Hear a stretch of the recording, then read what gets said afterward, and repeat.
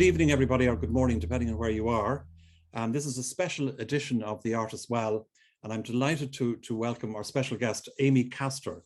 Now, Amy is an independent journalist who specializes in the whole area of cryptocurrency and NFTs.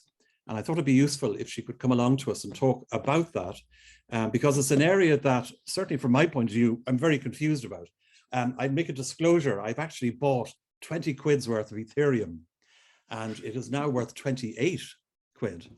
But can I cash it in? Do I know what to do with it? I haven't a clue what to do with it. I couldn't even buy an NFT if I wanted to. So I'm hoping that we'll be able to unlock a couple of myths and otherwise about the NFTs. So we'll say hi to Amy. Hi, Amy. How are you? Hi, Alan. Thanks very much for joining us. You're very good. Thank you. Where exactly are you, Amy? I'm in Boston. Ah, right. Okay. Very good. You must be Irish then, are you? Well, there might be a little bit Irish in there, yeah. Okay. Very good. Okay. So, Amy, can you tell us a little bit about your background and how you ended up sort of specializing in this area? Sure. I'm an independent journalist, and I started writing about cryptocurrency in 2016 and have been following it closely since then. And lately, as you know, since early 2021, NFTs have become the next big thing. So I started following that.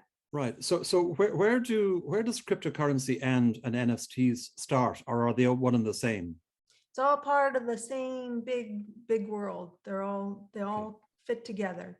So if I wanted to buy an NFT, and we'll go into what that actually means in a second, but if I wanted to buy one, do I have to have cryptocurrency to do that? Or can I buy it with $1 or a euro? Most of the time, you'll need a cryptocurrency called Ether, which is the native currency of the Ethereum blockchain. That's the blockchain where most NFTs are bought and sold on. Okay, but Bitcoin seems to be the largest or most traded, isn't it? Bitcoin is the biggest. Ethereum is the second biggest. They're the two biggest cryptocurrencies. Okay, so when they go up, everything else follows. Yeah, exactly. And are they in any way interrelated with the stock market? No. No, I did hear a rumor that when one went down, the other went up. Well, in some cases, there'll be events that impact the stock market as a whole, so that also will have an impact on cryptocurrency, but they're not really linked. No. They're not linked. No. Okay. So for the uninitiated, can you give it a sort of quick definition, a simple definition of what exactly a cryptocurrency is, and then what is an NFT, please? A cryptocurrency is a currency that lives. They're basically tokens that live on a blockchain. So. And what's a blockchain, Amy? A blockchain is a decentralized ledger, you know. Ledger, so, exactly. Yeah. Right. So, I mean, without getting into the nitty-gritty details, it's you know, say Bitcoin and Ethereum. The whole network is that the ledger that tracks the coins of the system is sort of kept up by a global network of computers or nodes. Okay, and could if I was involved, would that actually include my computer as well?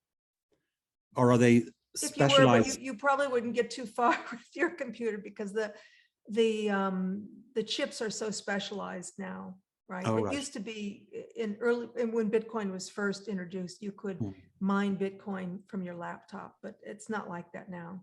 Okay. So the whole idea of cryptocurrency was to decentralize things, keep it away from the government, right? And therefore, keep it away from government, and you wouldn't have to pay taxes. Exactly. So I'm sure the governments of the world are very concerned about the potential leakage of revenues. The IRS is starting to catch up a little bit on making people pay taxes on their gains in cryptocurrencies and NFTs. So would that not imply, Amy, that they'd have access to the blockchain in order to find out who's doing what and when? No, because you have like Coinbase in the US. It's the largest exchange in the US. They report to the IRS now. So they, you know, the IRS now knows when you're selling a bunch of coins on Coinbase. So. All right. Oh, that's interesting, because I thought part of the whole thing was that it was an attractive channel for laundering money and for criminal organizations, because they didn't have to show up who they were merely a number. Right, but at some point, Alan, you have to kind of turn that into cash, because you can't really buy anything with Bitcoin. So the goal would be to liquidate those assets, and you normally have to do that on an exchange that links to your bank account. All right. Okay. All right. So let's then move on to NFTs. Can you give us a definition of NFTs? Sure. And then we'll start looking at. Sure. So NFT stands for non-fungible token, right? They're non-fungible because they're unique tokens. Fungible is like Bitcoin. One Bitcoin is the same as any other Bitcoin. It doesn't matter what Bitcoin you're holding. It's about how many Bitcoins you have, right? Yes. Same with the dollars or any other currency. It's about how many you have, not, because they're all interchangeable. Fungible tokens aren't interchangeable. They're unique. Okay. So they're used to represent items in the physical world or other items in the digital world, like art. Okay, so let's then talk about art. Mm-hmm.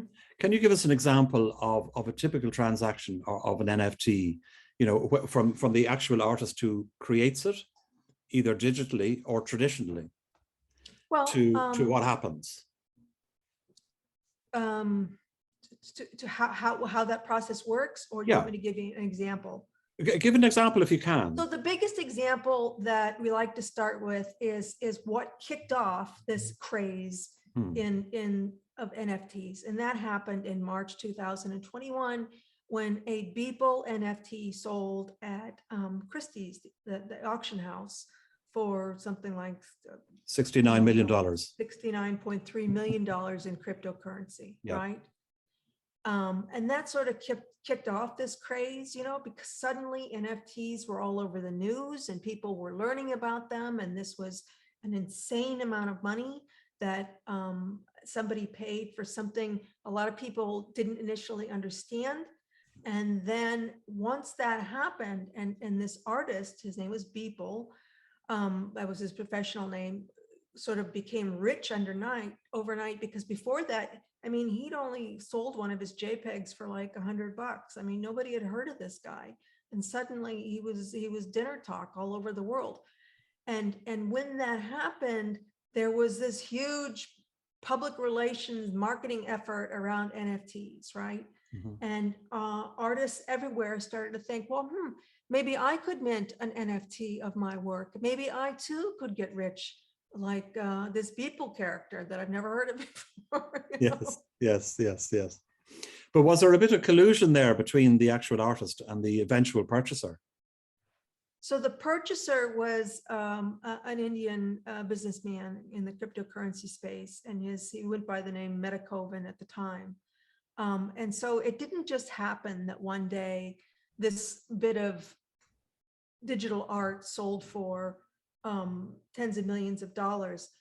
Metakovan had been pumping up the price of Beeple artworks since the previous year in 2020. He'd been bidding on them, and the conclusion I think you're talking about is it was a wash trade, what we call, in the fact that Beeple had taken some of those. Metakovan had taken some of those earlier Beeple NFTs that he bought, and he sort of bundled them together, and he created a fungible token, right?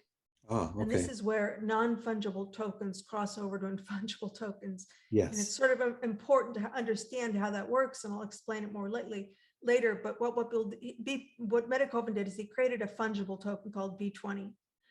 And those tokens they were like a cryptocurrency, that they were interchangeable. They were like shares of Beeple NFTs, right?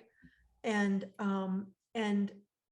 the more he sort of sold those to the general public in a way that you'd sort of democratize these high value NFTs. So you too can gamble on the price of Beeple NFTs. So when the hammer went down on the Christie's auction in March 2021. The price of those tokens zoomed up from like $11 to $28, and his holdings of those tokens, Metacovan's holdings of those tokens shot up to like $58 million, right? At the same time, he was buying this Beeple token. Right. So in reality, he didn't pay 69.3. It was like a wash trade. It was one thing went up, and so he made out either way. But does it imply that there was an underbidder of 62 million or even 65 million, or did he just go in and say, I'll pay 65 or 69? No, there was somebody else bidding against him. Justin Sun. Okay. Was another big name in the cryptocurrency. Right. So they're all in the same space. They're not traditional. They're not traditional buyers of these aren't people that buy traditional art. And if you look at if you look at the piece that sold in March 2021, I mean, it's like that's his sketchbook. This is, I mean, sure, sometimes sketchbooks for artists sell for big money, but they're like famous artists that are long dead. This is somebody that was living, 39 years old, nobody'd ever heard of, never sold anything for more than $100 before. All of a sudden, $70 million he sells this piece for, right? And it's not even a piece of art. It's this collage of all this art that he's been creating every day. It's his practice work, literally. And he just sort of clumped it all together in this huge collage, I mean, of little pixels almost. Yeah, I mean, it's like it doesn't even look like anything, right? And it's just it's a sketchbook. Yeah, it's not even really notable art. I mean, it would never have been acknowledged had it not been for this Christie's sale. Okay. And is this whole area, Amy, confined to people who create digital art as against painters or sculptors or anything else? No, a lot of things are selling as NFTs, music, video snips, tweets. Tweets, all kinds of nonsense. Anything that you can imagine is now, and it's important to know too that what is an NFT? It's not, what you're getting is just a pointer to something elsewhere on another website somewhere. So that, for example, that Beeple NFT that sold, you didn't, anybody could go to Beeple's website and download that art or those individual arts. They could look at it, they could copy it, because when you make a copy of something digital, there's nothing to distinguish it from the original. You're just, it's a digital copy. So it was like, I think a lot of people kind of scratched their heads ultimately and said, what the heck is going on here? So I mean, is this sort of Pokemon for kids, rich kids? Kind of. It's kind of silly. But what happened after that Beeple NFT sold was it just kicked off this whole madness. There's always been some kind of gimmick in the cryptocurrency space. And the idea in cryptocurrency is that crypto doesn't exist on its own. What the crypto promoters need always at the end of the day is they need a way to keep pulling real money into the system, right? Real dollars into the system. And they do that by coming up with these different ploys and gimmicks. And NFTs were kind of the latest thing. In the 2017, there was the initial coin offering era, and everybody was selling these tokens. And NFTs really kind of took off in 2021. And I think what made them so easy to pitch to people was that people could relate to this idea of the struggling artist, and the promise was that this is going to protect the artist's work. This is going to give them a way to make money, because artists have traditionally kind of struggled to make a living. And this was sort of going to save and protect the artist, but it doesn't fulfill any of those promises. I mean, the whole NFT space was just rife with fraud and scams, and anybody can, people are copying. There's nothing to stop somebody making an NFT of the same artwork multiple times on the same blockchain. I mean, that's crazy. That's crazy. Yeah. Yeah. Yeah. And you're right. See, because I mean, my initial view on the thing was, isn't this going to be great for artists? Firstly, it sort of gives a provenance to the work. Yeah. Because it's in something that you cannot change. Mm-hmm. And then every time it's traded, the artist gets 3% of that particular transaction. And Right, that could you happen get multiple the times in a royalties. year. Right. So there's this sort of like this promise, like, oh, hey, maybe I can get rich like Beeple. Maybe I can go sell my work. And maybe this is going to be an avenue for me to really make money. But a lot of people, I don't think you'd have to kind of dig down a little bit deeper to understand that this is sort of it's a grift. You know, it's a way to get your money into the crypto space. I mean, the whole process of minting an NFT, right? That process of making an NFT of your work requires you to buy Ethereum, right? And it's not a simple process. So right away, you've got to sort of start putting money into the space. You got to hope that somebody buys your NFT. And often, I mean, most of the time, nobody's going to buy it. So you never get those royalties anyway. Yes. And the other thing to keep in mind is that copyright is something that has to be passed along in a written contract. So if even if you buy an NFT of some digital artwork, that doesn't mean that you have any copyright over that work. No, right? and that was a question that we were asked as well. Does it transfer? And I think no, it doesn't transfer unless it's in a separate written contract. Yeah, exactly. Yeah, if it's explicitly made so, it isn't otherwise.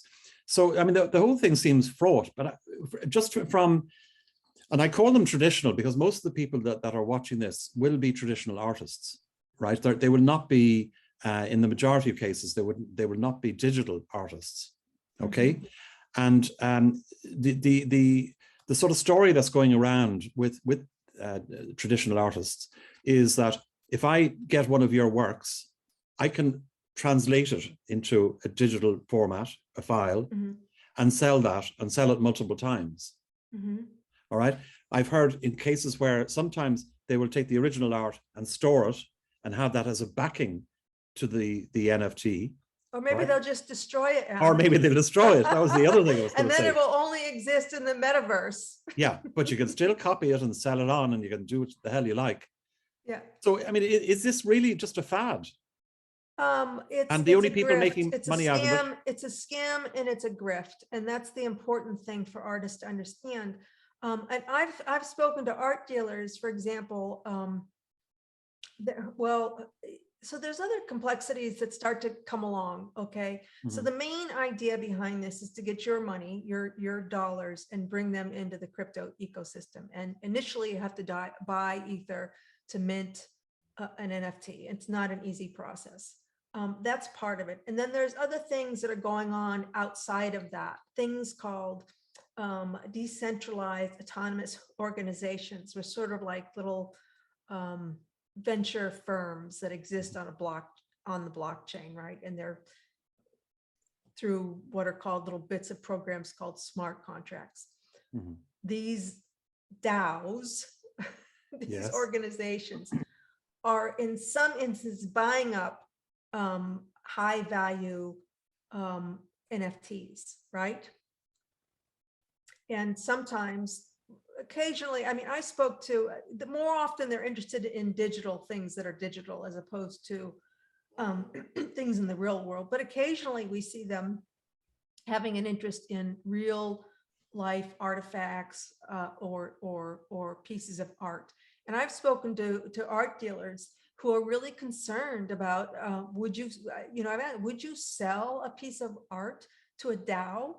And the answer that comes back is no, because they're concerned about what will happen to that piece of art afterwards. And there's a particular concern that some of these DAOs who don't really are kind of organized by people who are outside the art world, who really don't care about the art, would in fact destroy the art.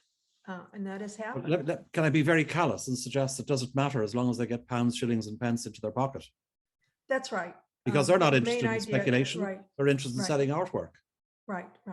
Now here's the thing, Alan, is where it becomes interesting, is that some of these NFTs become, most of them, what happens is there's no secondary market for those. There's a lot of wash trading that goes on that sort of boosts up the price of NFTs. Wash trading is when I'm the buyer and I'm also the seller, and I'm sort of buying NFTs from myself, but you don't know because I go by some kooky name on a marketplace called OpenSea, and Yeah. I'm you know, you don't know it's me, and I have different accounts under, you know, funny made up names, and I'm buying and selling the art for myself, so it looks like you know, I have a history of like, wow, my NFT just sold for, you know, a lot more money than it's worth. Yeah. And so the history of the buy and sell looks to somebody who doesn't understand what's going on, like, wow, this could be really valuable, right? So there's a lot of wash trading going on. There's sometimes some money laundering that goes on in the NFT world too, where people will have some dirty cryptocurrency, and you know, clean money is always worth more than dirty money, so they're sending it through NFTs as a way to try to clean it and obscure the trail of where those funds are coming from. Yeah. The other thing that's happening, I forget where I was going with that. Don't worry. Right. So what you have is like these DAOs that are buying up some of these high value NFTs.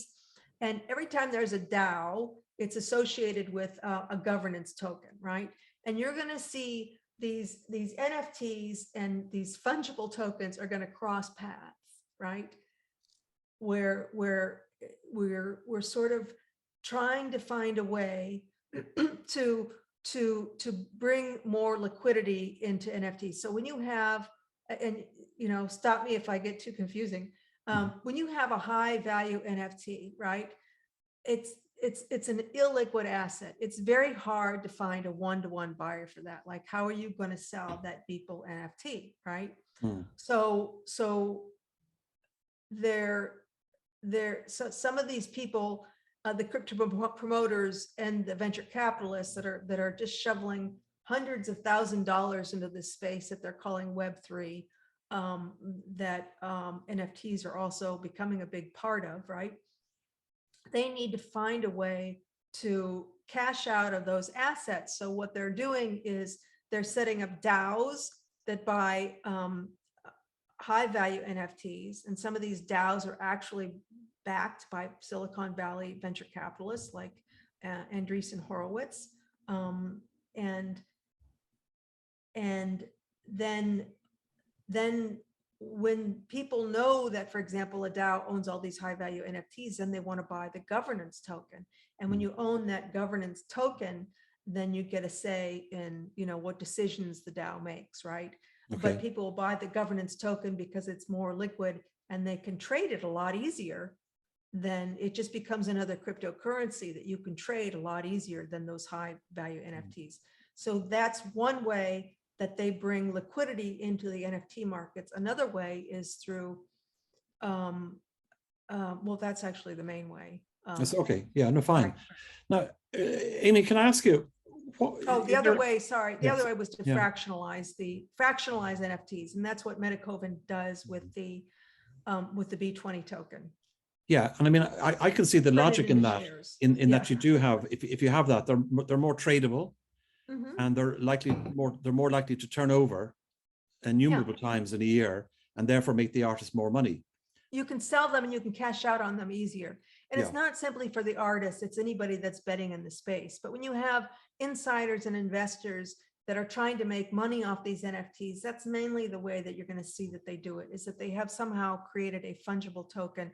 I mean, even if you look at the Bored Apes NFT collection, right? The Bored Apes Yacht Club, they're talking about coming out with a DAO, and they're talking about coming out with a fungible ape coin, or whatever it is they're going to call it.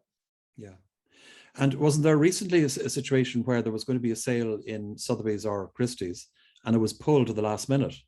Right, because there wasn't, so there was recently somebody that had, say, 104 CryptoPunks. And now we're talking about collectible NFTs, which are very different from the Beeple NFT. That was sort of like a one-off. And so what some of the crypto folks are doing is they create these collectible NFTs, like Bored Ape Yacht Club. CryptoPunks were one that had existed earlier in 2017, where you have like 10,000 CryptoPunks, and they are scarce based on different attributes they have, but they're just sort of like silly little simple avatars. They're ugly bloody things. Yeah, they're ugly little avatars. They're ridiculous. That I started selling for hundreds of thousands of dollars, you know? Yeah. So somebody was going to sell a set of 104 CryptoPunks on Sotheby's, and it was Sotheby's, right? And they pulled the last minute, and it was basically, the word was because they didn't have a buyer who was going to buy it. Yeah, exactly. Yeah. So that would immediately plummet the value. Do you know, I'm sure you're aware of this, and just for the viewers, if they don't know about it, because I think there's a great analogy with this. And that is, during the lockdown, when people had nothing else to do, a number of young people, and I presume most of them were quite young, got involved with a company called GameStop.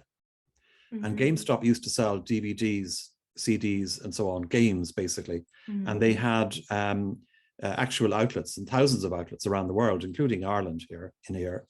And but they were losing money hand over fist because everything was going digital, online. You didn't have to have a physical CD anymore or a DVD. So their shares were, say, for argument's sake, down at $1, right? And they all said, oh, these, do you remember the days of GameStop when we all used to meet up in there and it was, the great buzz around the place? And they all said, oh, yeah, let's buy their shares. So they started to buy their shares. They were in a group, I think Reddit was the group. Mm-hmm. And they created this mania for buying GameStop shares. And they went up from sort of $1 to $80, all right? And there were people making millions out of them in the same way as NFTs and cryptocurrencies. But the poor people who are still at the end of the craze and bought in at $80 a share ended up going back down to $5 and losing their houses and their jobs and their everything. There's a certain similarity to this.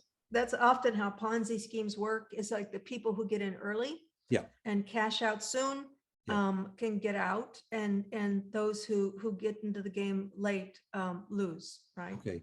So really, this is a game where the creators or the promoters of a particular NFT are the people who are going to make money, and it's the retailer or the punters at the end of the day that could be left holding the baby. It's also the people who create, the artists who create the NFTs. If I go also lose money because you're paying, like, I don't know, a couple $100 worth of Ethereum just to create an NFT of your work to begin with, right? And I think often artists have gone in there. There was a lot of excitement early on. They all created their NFTs, and then they were, telling their family to buy Ethereum. So they would then become promoters of the cryptocurrency space. And then they would find that there really wasn't anybody who was going to buy their NFT to begin with, you know? Yeah. I mean, not everybody has a CryptoPunk or a Bored Ape, Okay. Can I ask you a few questions, Amy, from the people who are watching? Sure. Derek has just put in a chat there saying, did people convert his cryptocurrency to fiat currency, as in dollars? I don't know. You don't know? Did people? Yes, people immediately sold. So he is a clever lad. Yeah, he immediately sold all his money. He said that he was concerned about the volatility in the space, so he just, I mean, Okay. Kira Gormley sent me an email saying, I've been invited to sell some paintings on an NFT platform. I've had the process explained to me, but I'm still not fully clear on how it works. And this might be something your guest could talk about. So she's been invited to show on an NFT platform or sell. So in other words, she has been basically asked to give her image, from what I understand, and then they'll try and sell it, whoever they are. Then they're going to make money off of it? Well, of course. So I don't know how that works, but how much money are they asking her to sell it? I mean, I mean, generally, if you have to mint an NFT, you have to pay for that. You just can't. So there are two concerns. One is, well, as you said yourself, that copyright does not transfer unless it's explicitly written into a contract that you're happy to do that. All right. So that's one thing. And the other thing you mentioned is that you're not sure how it's going to be used thereafter. And that could be a concern to some artists. How your NFT is going to be used thereafter? Yeah. In other words, if it's sold and somebody loses money on it, a lot of money?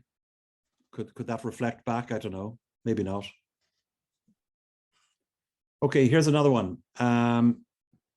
Yeah, how can artists protect their images from being misappropriated or sold by others as their original NFTs? Yeah, that's really a tough one because there isn't a good way. I mean, you have to kind of go private on your Twitter, or somehow make it so your digital art isn't accessible to the people who are just going to take it and copy it. But it's very difficult. And if you do see somebody has taken your art and created an NFT out of it, you can report it to the platform that they're selling it on. Yeah, but that's it. You can't do anything about it. Yeah. Well, you can try. They'll just go and make another NFT out of it. Yeah. And as you also said, they register under these crazy names. So tracking them, the actual individual down might be very difficult. Good luck trying to bring a lawsuit against them. I mean, it's just. Yeah. Okay. So really, is there any point? I mean, would your advice be for an artist not to get involved? Yeah, my advice for an artist would be not to get involved, is to stay away from that space, unless they're paid for the image. It's designed to take your money. It's designed to take your money. That's about it. I mean, there are stories in the media about some people have gotten, ridiculously rich. Unfortunately, there are media outlets that write these stories that instances where people get ridiculously rich, minting NFTs, and they've saved their business or their farm or whatever, gotten themselves out of credit card debt.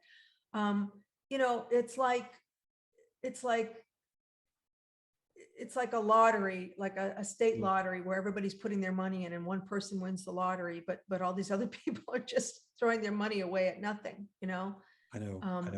And so oftentimes the media forgets to, dig a little bit deeper and write about all those people, because on the whole, more people are losing money than are making it. Yeah. Michael Grant says, have you a work of art to hang on the wall at the end of this? No, you don't. You don't. And even, I mean, take for instance, Beeple's work. Anybody could copy that work, make a print out of it and hang it on your wall. So it doesn't matter. It's easier to launder money that way, because instead of having to put the art in storage, it's just. Yes. Tim makes a very good point here. I'll read them in reverse. He said, if I get the asking price for a piece of work as an artist by somebody who wants to create a digital version of that, and he's paid in dollars, does he care? What's the question? Do you care? Sorry. So he, as an artist, if he produces a work of art, right, a painting, he sells it to somebody who wants to make an NFT of it. And they buy the painting from him at the full market rate.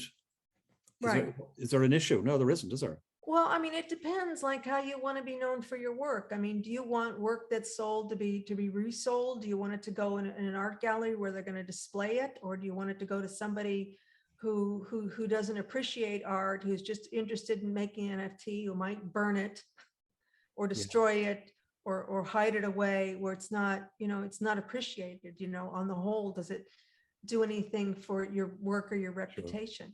Sure, that's sort of a moral consideration rather than a financial consideration. But it could impact your future, your future work too, and what that sells for. Tim also asks, can I still reproduce and sell my image that has been sold as an NFT? So in other words, if he retains the copyright, Amy, can't he reproduce it again? Why not? I mean, if you have so the answer is yes. That work, it's just a token. It doesn't. The token, the NFT itself, doesn't, pass along the copyright of the work. It's just a link on the blockchain to an image stored elsewhere. Well, now that's what I didn't understand. I didn't realize that all it was something pointing to an image. It's just a pointer. You're just getting a pointer, a unique token that just points to something elsewhere. And if that system break, if that website that it points to where your work is gets taken down, or somebody doesn't update the domain or whatever, it's gone. It just points to nothing. That's extraordinary. I wasn't aware of that. Okay, Amy, we're getting near because I know you're under a bit of time pressure. So I'm going to unmute everybody. And if anyone wants to ask a question in person, now is the time to do it. So bear with me a second. I still don't understand what the end product is. Yeah, I know. Yeah. Well, because there's really not much to understand. You're just buying, you're not really, the inherent value of an NFT is pretty much nothing. It's just speculative. It's just something for people to, bet on, right? So there's nothing really to an NFT. It's just a URL, a link to something else that's on a server somewhere, a link to a picture on, a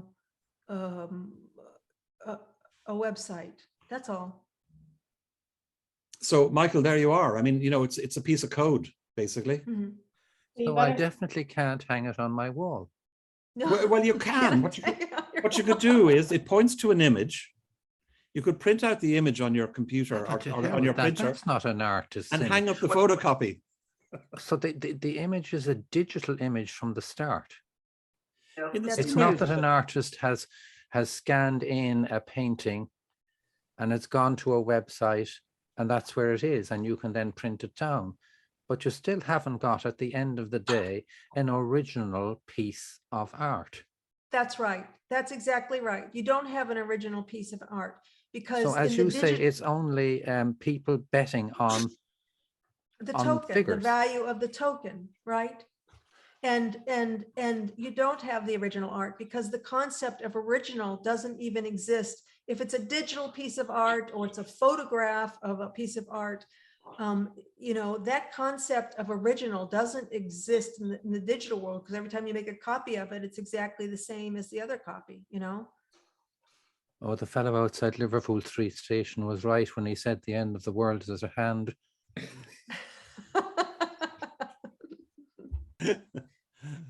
And so basically everything that's happened in 2021 to now is this huge promotion, this huge, massive PR effort for people to believe that there's some value to these NFTs.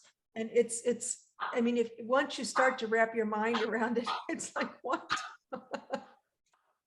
And it's this entire system that's designed to get your money, and venture capitalists, insiders have invested huge amounts of money into this space. They've invested money into marketplaces where NFTs are bought and sold. They've invested monies into these decentralized autonomous organizations that buy high value NFTs. We now see celebrities that are buying NFTs, and they're wonderful shills and promoters for this thing, and they're less likely to sell them immediately because they've got so much money anyway. And ultimately, at the end of the day, it's just the venture capitalists have found a way to make money off of this, and they do it by creating fungible tokens that somehow relate to these non-fungible tokens that can be listed on exchanges, that can be sold, so they can cash out on them. Now, when companies like Yuga Labs, for example, the company behind Bored Apes, when they eventually create their ape coin, which is a fungible token, they have to pull a lot of tricks. They have to do a lot of legal wrangling to make sure it doesn't look like an unlawful securities offering, right? And if it is, they will take that risk. The founders of Yuga Labs will assume that risk. The VCs, Andreessen Horowitz, when they ultimately invest their money into Yuga Labs, will not take that risk, but they have the advantage of taking advantage of the liquidity that the fungible token brings into the picture. Okay. So what you're seeing is there's sort of a loophole in the regulatory landscape where it's really easy for venture capitalists to invest in cryptocurrency projects, right? And in return for their investment, they'll get some of these tokens, right? And they can then get those tokens listed or whatever it is and sell them to the public. And then that's how they make a lot of money. And it's a lot easier than, say, let's invest in a startup company that may never have a liquidity event or might take years and years before we see return on their investments. Venture capitalists see a quick return on investments when it comes to cryptocurrency projects. And the latest big thing is NFTs. NFTs aren't securities, it's not a commodity, and it's super easy for insiders and investors to make money off this space. So you see all this, you know, eye-watering sums of money going into NFT marketplaces, NFT tools, all this nonsense about Web3. And right now, and it's hard not to believe. It's hard to think, oh, well, there's so much talk about this. I'm reading so much about this in the news. Surely there must be something to NFTs that I'm missing. Well, no, there really isn't. There really isn't. Once you kind of get your mind around the big picture, that this is just a loophole in the regulatory landscape where insiders are able to make investments quickly and make money on their investments rapidly in this space. It's just like a sure thing for them, right? Yeah. And artists are sort of, I think, you know, that they become like they're looking for gullible artists to get put their money in the system, right? Yeah. Okay. I mean, you know, I remember years ago, my children, they were doing the Sims game, and you could actually physically buy land and buy animals for farms and all that kind of thing. It was all virtual, but it was again another way of to part people with their money in a virtual world that actually has no basis in reality. You know, in the same way as people are selling slices of the moon. I know, or the star registry. There was actually a star registry. Was there? Yeah. That came out in the 70s, where they promised people that for $50 you could buy a star and name a star, and you can give a star as a gift to somebody. And that's kind of what NFTs are. It's sort of this imaginary thing that you can do. You can buy a piece of work, or you can buy a fraction of artwork, and you know, there's your star. Yeah, and of course the dream of that and you know, untold sums of money have always been very appealing to people. You know, you've got the tulip scandal in Holland years and years and years ago. That's right. But I think too, the difference between the star registry is that people sort of understood it was a gimmick. You know, you're going to pay $50, you're going to buy a star, but you don't really own the star, right? And I don't think that everybody understands that NFTs are just a gimmick. You know, you're not really buying anything. You're not really. No, but if you're clever and you're an artist and someone offers you a couple of thousand for your painting and they're going to turn it into an NFT, good luck to them. Sure, if you don't care what happens to your work. Yeah. You know, but but in many cases, honestly, Alan, they don't even need to buy your work. They'll just make a copy of it anyway and sell it as an NFT. So it's not even necessary for them to buy your work. Yeah. Okay. Amy, that has been very enlightening, and thank you very much. You've explained the whole thing. Thank you, Alan, for having me. Not at all. And no, I really do appreciate it, because I know it's an area that you follow religiously every single day. You're involved in this whole business, in understanding it and communicating to people like us. And just to let everybody know that Amy's website is Amy Castor, and that's AMYCASTOR.com. Okay, so look that up. She has various blogs that you write, and you've got a Patreon as well that you can contribute to and follow up on. So well worth doing for somebody who knows what's going on. As I said to my email, this woman knows her onions, which is an Irish phrase you probably don't use over there. So listen, Amy, thank you very much. Have a happy St. Patrick's Day tomorrow. Okay, you too. And talk to you again, hopefully soon. All right, bye-bye. All right, take care. Bye-bye.